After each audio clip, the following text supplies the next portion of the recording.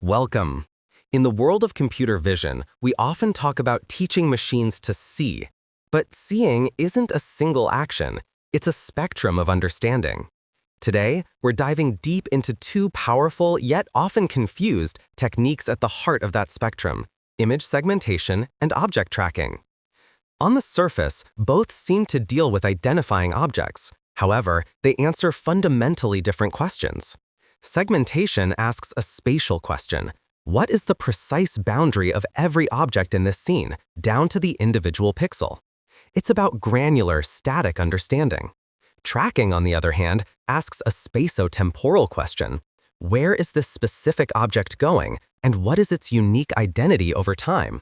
It's about motion and persistence.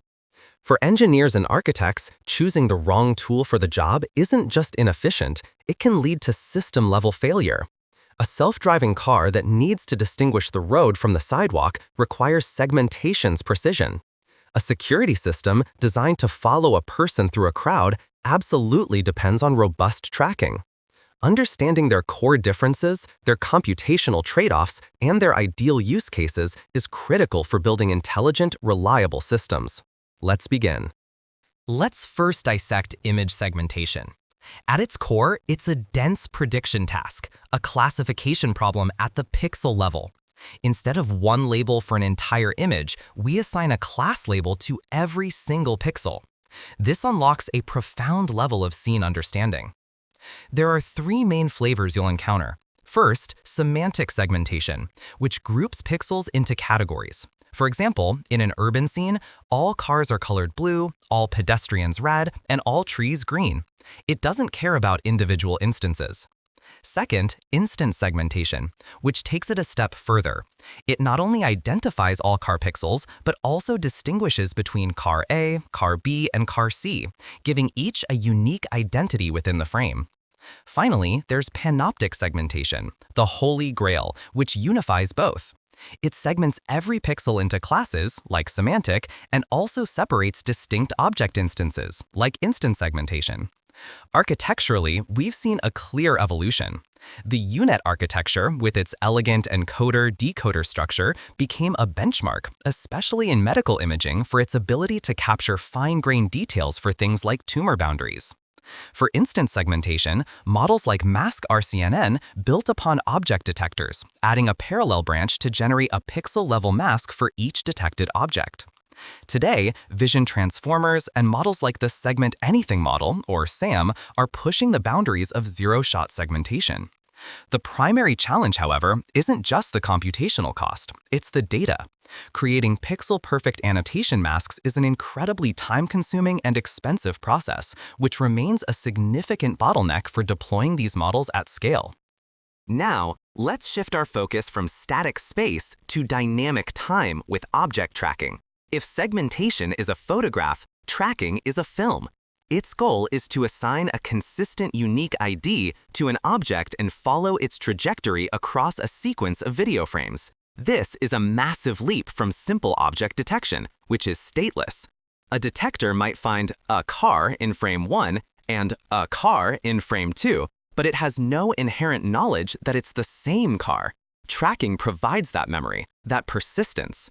A typical tracking system, often following a tracking by detection paradigm, has three core pillars. First is the detector. You use a powerful object detector like YOLO or SSD to find all objects of interest in the current frame. This gives you the what and where for a single moment. Second is the motion model. This is where you predict the object's position in the next frame, based on its past movement. A Kalman filter is a classic choice here, brilliant for modeling linear motion like a car driving down a straight road. Third, and perhaps most critical, is the appearance model.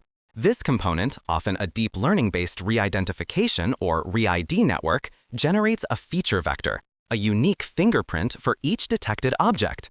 When a car gets occluded by a truck and reappears 3 seconds later, the motion model might be lost, but the appearance model can recognize it and say, yes, that's the same object we were tracking before. The greatest challenge in tracking is precisely this: handling occlusions and preventing identity switches, especially in crowded scenes. This is where the synergy between motion and appearance models is truly tested. So, We've explored the pixel-perfect world of segmentation and the time-traveling nature of tracking. How do you, as a builder, decide which tool to use? It comes down to the core question your system needs to answer. Ask yourself, is my problem fundamentally static or dynamic? If you're analyzing a single medical scan or a satellite photo, you're in the spatial domain. Segmentation is your tool. If you're working with a video feed to monitor traffic or analyze a basketball game, you're in the spatio-temporal domain, and tracking is non-negotiable. Next, what level of detail do you need? If knowing the exact contour of a cancerous lesion is critical, you need segmentation. If simply knowing the location and trajectory of a player is enough, a tracking bounding box will suffice. But these techniques are not mutually exclusive. In fact, the most advanced perception systems often combine them.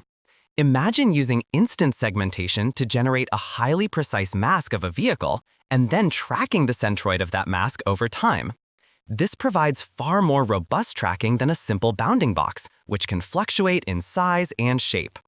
The future of computer vision lies in this synthesis, fusing granular spatial understanding with robust temporal persistence to build machines that don't just see, but truly perceive the world around them.